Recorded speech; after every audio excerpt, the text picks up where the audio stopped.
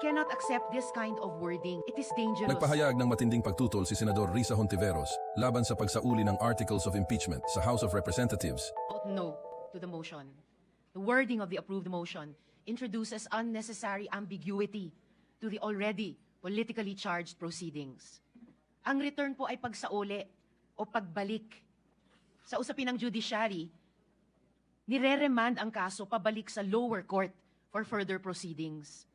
Kaya po, I cannot accept this kind of wording. It is dangerous and disingenuous, particularly when the rules of court have suppletory application. The same purpose could have been achieved by merely asking the House prosecutors to file a compliance and clarify certain issues. Wala pong remand o return sa konstitusyon. Ang obligasyon natin, try and decide. Isa po itong kabalintunaan.